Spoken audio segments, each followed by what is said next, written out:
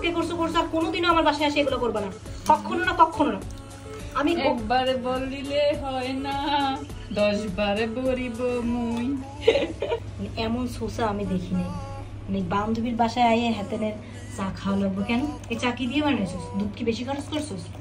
হ্যাঁ, দুধ কমাই দিবি। মানুষের বাসায় আইছিস কমাই খাবি। একজনের বাসায় আসলে মানুষ বেশি করে, বান্ধবীর বাসায় আসছে মানে শোন, মানুষের বাসায় কমাই খাইতে হয়। তুই তো দেখতেছিস আবাইতের মতো একজন। হ্যাঁ, হাতি বন্ধ কর, আমি চা ডেলে দিই। ডেলে দে।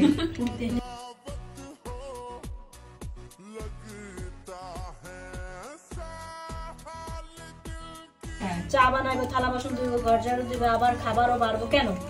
এখনই যদি এই করো, ইন ফিউচার আমার বিয়ে শাদী হলে, আমার বাচ্চা কাচ্চা হলে তোরা তো সব খাইয়ে ফেলবি, তাহলে তো ওরা বঞ্চিত। এতখানি চা বানাইছিস কেন? 5 জন না? হ্যাঁ, তুই ও কথা তুই করবি না এই জায়গায়, যা। ওই যে বানাইছে ওর আটকাস নাই কেন? দেখ